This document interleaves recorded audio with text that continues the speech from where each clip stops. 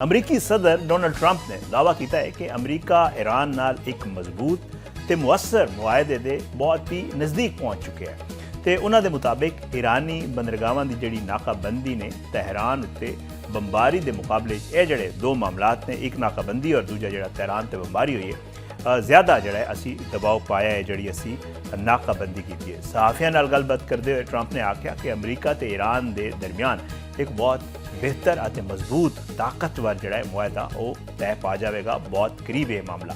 उन्होंने मुताबिक जो अमरीका चाहे तो ईरान उत्ते कुछ होर भी जड़ा 3 हफ्तियां तक असी आसानी नाल बंबारी कर सकते हैं, पर इस सूरत वड्डे पैमाने उत्ते जानी नुकसान होएगा जोड़ा कि मैं नहीं चाहता। ट्रंप ने आख्या कि फौजी कार्रवाई की बजाय सफारती हल ज़्यादा मुअसर साबित हो सकता है तो उन्होंने ख्वाहिश है कि दोवें फरीक इस तरह के मुआहदे तक पहुँचन जोड़ा कि जंगी कार्रवाई तो ज़्यादा मजबूत होए। अमरीकी सदर के मुताबिक ईरान उत्ते लाई गई बंदरगाही नाकाबंदी ते गैर मामूली जड़े असरात मुरतब होए ने। उन्होंने कहना सी कि मुआशी दबाव ते इब्तदाई अमरीकी इकदामात के मिलाप ने ईरान की मईशत को बुरी तरह मुतासर किया है, जिसके नतीजे तेहरान मुआहदा करने लई तैयार हो सकता है। ट्रंप ने भी आख्या कि जो वसी पैमाने उत्ते बंबारी की जाती तो अबनाए हुरमज लंबे अरसे तक बंद रह सकती सी, जिसका आलमी तवानाई की तरसील ते आलमी मईशत उत्ते बहुत ही मनफी असर पैंदा।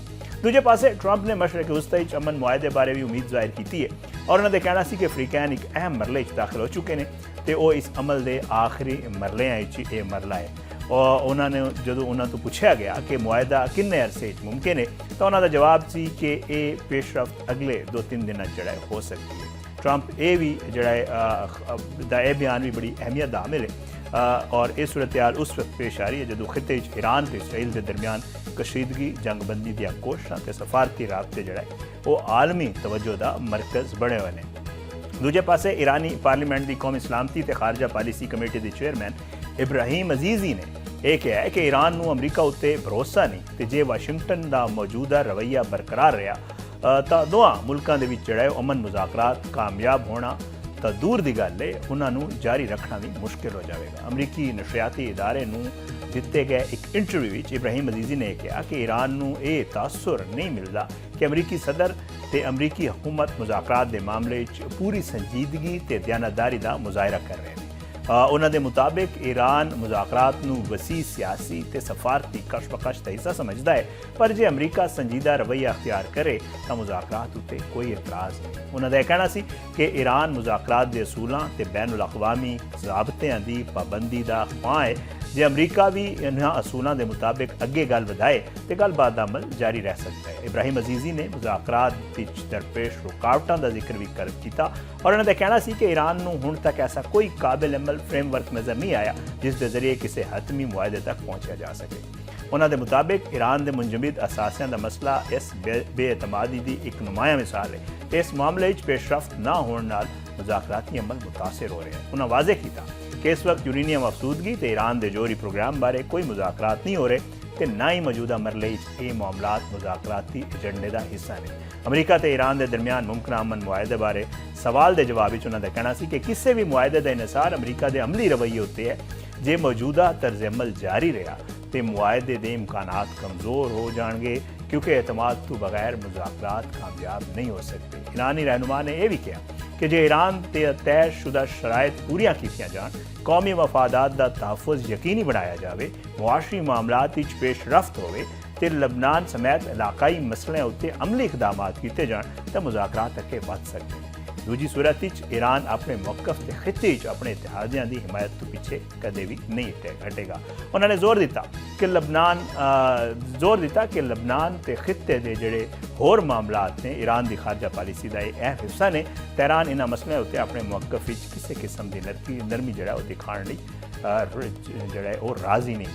और अमरीकी सदर डोनाल्ड ट्रंप ने यह गल की है कि उन्हें इसराइली वज़ीर-ए-आज़म बेंजामिन नेतन्याहू को खबरदार किया कि जे ईरान के खिलाफ कशीदगी इजाफा होया तो इसराइल मुमकिन तौर उत्ते ईरान के खिलाफ अपने आप को बिल्कुल ही इकल्ला महसूस कर सकता है। इसराइली मीडिया नाल गलबात करते हुए ट्रंप ने यह कहना सी कि उन्हें हालिया दिनों बेंजामिन नेतन्याहू नाल फोन उत्ते राबता किया तो उन्होंने मशवरा दिता सी कि ईरान के बैलिस्टिक मिसाइल हमलों के जवाब फौरी जवाबी कार्रवाई तो गुरेज किया जाए। अमरीकी सदर ने दावा किया कि अमरीका को ईरान उत्ते हालिया इसराइली हमलों बारे आखिरी लम्हे इतला दी गई सी। ਉਹਨਾਂ ਦੇ ਮੁਤਾਬਿਕ ਇਸਰਾਈਲ ਨੇ ਹਮਲਿਆਂ ਬਾਰੇ ਵਾਸ਼ਿੰਗਟਨ ਨੂੰ ਉਦੋਂ ਆਗਾਹ ਕੀਤਾ ਜਦੋਂ ਮਿਜ਼ਾਈਲ ਪਹਿਲੇ ਹੀ ਈਰਾਨ ਵੱਲ ਰਵਾਨਾ ਕੀਤੇ ਜਾ ਚੁੱਕੇ ਸਨ। ਟਰੰਪ ਨੇ ਇਹ ਵੀ ਆਖਿਆ ਕਿ ਉਹਨਾਂ ਦੇ ਮੁਆਵਨੀਨ ਨੂੰ ਸ਼ੁਰੂਆਤ ਵਿੱਚ ਇਹ ਤਾਸੁਰ ਮਿਲਾ ਸੀ ਕਿ ਇਸਰਾਈਲ ਈਰਾਨ ਖਿਲਾਫ ਜਵਾਬੀ ਕਾਰਵਾਈ ਨੂੰ ਚੰਦ ਦਿਨਾਂ ਨੇ ਮੁਅੱਖਰ ਕਰਨ ਉੱਤੇ ਰਾਜ਼ੀ ਹੋ ਗਿਆ ਤਾਂ ਜੋ ਤਹਿਰਾਨ ਤੇ ਵਾਸ਼ਿੰਗਟਨ ਦੇ ਦਰਮਿਆਨ ਜਾਰੀ ਸਫਾਰਤੀ ਮੁਜ਼ਾਕਰਾਤ ਨੂੰ ਅੱਗੇ ਵਧਾਇਆ ਜਾ ਸਕੇ। ਪਰ ਬਾਅਦ ਵਿੱਚ ਇਸਰਾਈਲੀ ਕਿਆਦਤ ਨੇ ਹਮਲਿਆਂ ਦਾ ਫੈਸਲਾ ਕਰ ਲਿਆ। ਰਿਪੋਰਟਾਂ ਦੇ ਮੁਤਾਬਿਕ ਇਸਰਾਈਲੀ ਵਜ਼ੀਰ-ਏ-ਆਜ਼ਮ ਬੈਂਜਾਮਿਨ ਨਤਨਯਾਹੂ ਨੇ ਸਿਕਿਉਰਿਟੀ ਹੁਕਾਮ ਨਾਲ ਮੁਸ਼ਾਵਰਤ ਕਰਨ ਤੋਂ ਬਾਅਦ ਅਮਰੀਕੀ ਵਜ਼ੀਰ ਖਾਰਜਾ ਮਾਰਕੋ ਰੂਬੀਓ ਨੂੰ ਆਪਣੇ ਫੈਸਲੇ ਤੋਂ ਆਗਾਹ ਕੀਤਾ ਸੀ। ਅਮਰੀਕੀ ਸਦਰ ਨੇ ਕਿਹਾ ਕਿ ਉਹਨਾਂ ਇਸਰਾਈਲ ਦੇ ਹਮਲਿਆਂ ਦੇ ਦਾਇਰਾਕਾਰ ਤੇ ਸ਼ਿੱਦਤ ਨੂੰ ਮਹਿਦੂਦ ਰੱਖਣ ਲਈ ਕੋਸ਼ਿਸ਼ਾਂ ਕੀਤੀਆਂ। ਉਹਨਾਂ ਦੇ ਮੁਤਾਬਿਕ ਖਿੱਤੇ ਦੇ 5 ਐਸੇ ਮੁਲਕ ਜਿਹੜੇ ਅਮਰੀਕਾ ਤੇ ਈਰਾਨ ਦੇ ਦਰਮਿਆਨ ਸਾਲਸੀ ਦੇ ਅਮਲ ਵਿੱਚ ਸ਼ਾਮਿਲ ਨੇ, ਉਹਨਾਂ ਦੀ ਵਾਸ਼ਿੰਗਟਨ ਤੋਂ ਦਰਖਾਸਤ ਕੀਤੀ ਗਈ ਸੀ ਉਹਨਾਂ ਦੀ ਤਰਫੋਂ ਕਿ ਇਸਰਾਈਲ ਨੂੰ ਹੋਰ ਫੌਜੀ ਕਾਰਵਾਈ ਤੋਂ ਰੋਕਿਆ ਜਾਵੇ ਤਾਂ ਜੋ ਸਫਾਰਤੀ ਹੱਲ ਲਈ ਮਾਮਲਾਤ ਅੱਗੇ ਵਧ ਸਕਣ। ਟਰੰਪ ਦਾ ਇਹ ਕਹਿਣਾ ਸੀ ਕਿ ਈਰਾਨੀ ਹੁਕਾਮ ਨੇ ਵੀ ਅਮਰੀਕਾ ਦੇ ਜ਼ਰੀਏ ਪੈਗਾਮ ਭੇਜਿਆ ਸੀ ਕਿ ਉਹ ਹੋਰ ਹਮਲੇ ਨਹੀਂ ਕਰਨਾ ਚਾਹੁੰਦੇ ਤੇ ਇਸਰਾਈਲ ਨੂੰ ਵੀ ਕਾਰਵਾਈਆਂ ਤੋਂ ਰੋਕਿਆ ਜਾਵੇ। ਇਸ ਤੋਂ ਬਾਅਦ ਉਹਨਾਂ ਦੁਬਾਰਾ ਨੇਤਨਯਾਹੂ ਨਾਲ ਰਾਬਤਾ ਕੀਤਾ ਤੇ ਕਸ਼ੀਦਗੀ ਘਟਾਉਣ ਉੱਤੇ ਜ਼ੋਰ ਦਿੱਤਾ। ਅਮਰੀਕੀ ਸਦਰ ਨੇ ਇਹ ਉਮੀਦ ਜ਼ਾਹਿਰ ਕੀਤੀ ਹੈ ਕਿ ਈਰਾਨ ਤੇ ਅਮਰੀਕਾ ਦੇ ਦਰਮਿਆਨ ਮੁਆਹਦਾ ਹੁਣ ਵੀ ਮੁਮਕਿਨ ਹੈ ਤੇ ਤਹਿਰਾਨ ਇਸ ਮੁਆਹਦੇ ਉੱਤੇ ਦਸਤਖਤ ਕਰਨ 'ਚ ਦਿਲਚਸਪੀ ਵੀ ਰੱਖਦਾ ਹੈ। ਔਰ ਇਹ ਬਿਆਨਾਤ ਤੁਹਾਨੂੰ ਪਤਾ ਹੈ ਕਿ ਮਸ਼ਰਕ ਵਸਤਗਾ ਦੀ ਕਸ਼ੀਦਗੀ, ਈਰਾਨ ਇਸਰਾਈਲ ਤਨਾਜ਼ਾ ਤੇ ਅਮਰੀਕਾ ਦੇ ਸਫਾਰਤੀ ਕੋਸ਼ਿਸ਼ਾਂ ਦੇ ਤਨਾਜ਼ੁਰ ਵਿੱਚ ਬੜੇ ਹੀ ਅਹਿਮ ਸਮਝੇ ਜਾ ਰਹੇ ਨੇ। ਅਮਰੀਕਾ ਈਰਾਨ ਨਾਲ ਮੁਆਹਦੇ ਨੂੰ ਹਤਮੀ ਸ਼ਕਲ ਦੇਣ ਲਈ ਜਿਹੜਾ ਹੈ ਉਹ ਪਾਕਿਸਤਾਨ ਦੇ ਜ਼ਰੀਏ ਮੁਜ਼ਾਕਰਾਤ ਜਾਰੀ ਨੇ। ਇਹ ਕਹਿਣਾ ਹੈ ਈਰਾਨ ਦਾ ਤੇ ਇਹ ਵੀ ਦੱਸਿਆ ਜਾ ਰਿਹਾ ਹੈ ਕਿ ਦੋਵੇਂ ਫਰੀਕ ਕਿਸੇ ਹਤਮੀ ਮੁਆਹਦੇ ਉੱਤੇ ਮੁਤਫਿਕ ਹਾਲੇ ਤੱਕ ਨਹੀਂ ਹੋ ਸਕੇ ਪਰ ਮੁਜ਼ਾਕਰਾਤੀ ਅਮਲ ਜਿਹੜਾ ਉਹ ਮੁਸਲਸਲ ਜਾਰੀ ਹੈ। ਇਹ ਕਹਿਣਾ ਸੀ ਅਮੀਰ ਸਈਦ ਇਰਵਾਨੀ ਦਾ। ਅਕਵਾਮ ਮੁਤਹਿਦਾ ਵਿੱਚ ਈਰਾਨ ਦੇ ਮੁਸਤਕਿਲ ਮੰਦੂਬ ਅਮੀਰ ਸਈਦ ਇਰਵਾਨੀ ਨੇ ਇਹ ਕਿਹਾ ਹੈ ਕਿ ਈਰਾਨ ਤੇ ਅਮਰੀਕਾ ਦੇ ਦਰਮਿਆਨ ਮੁਮਕਿਨਾ ਮੁਆਹਦੇ ਨੂੰ ਹਤਮੀ ਸ਼ਕਲ ਦੇਣ ਲਈ ਪਾਕਿਸਤਾਨ ਦੇ ਜ਼ਰੀਏ ਸਫਾਰਤੀ ਰਾਬਤੇ ਤੇ ਮੁਜ਼ਾਕਰਾਤ ਦਾ ਸਿਲਸਿਲਾ ਹੁਣ ਵੀ ਜਾਰੀ ਹੈ। ईरान की खबर सरकारी एजेंसी के मुताबिक अक़वाम मुत्तहिदा की सलामती कौंसल अफगानिस्तान बारे इजलास तो बाद मीडिया नाल गलबात करते हुए ईरानी सफीर ने दस्सिया कि तहरान ते वाशिंगटन के दरमियान ख्यालात ते तजावीज़ां के तबादले का अमल हुण भी जारी है। और अमीर सईद इरवानी का कहना सी कि दोवें मुल्क पाकिस्तान की सालसी के जरिए मुख्तलिफ नुकात उत्ते अपनी आरा ते तजावीज़ का तबादला कर रहे हैं तां जो एक मुतफिका ते काबिल अमल मुआहदे तक पहुँचा जा सके। उन्होंने कहना सी कि भावें हुण तक दोवें फरीक किसी हतमी मुआहदे उत्ते मुतफिक नहीं हो सके पर मुज़ाकराती अमल जारी है ते पेशरफ्त लई कोशिशां कीतियां जा रही हैं। ईरानी सफीर ने यह भी दस्सिया कि मौजूदा सफारती राबतियां दा मकसद इख्तलाफी मामलात दा हल लभना ते ऐसा एक फ्रेमवर्क तैयार करना है जिहड़ा कि दोवां मुल्कां लई काबिल कबूल होवे। उन्हां दे मुताबिक पाकिस्तान इस अमल जिहड़ा है और राबते दे एक अहम जरिए के तौर पर जिहड़ा है वो एक अहम किरदार भी अदा कर रहे हैं।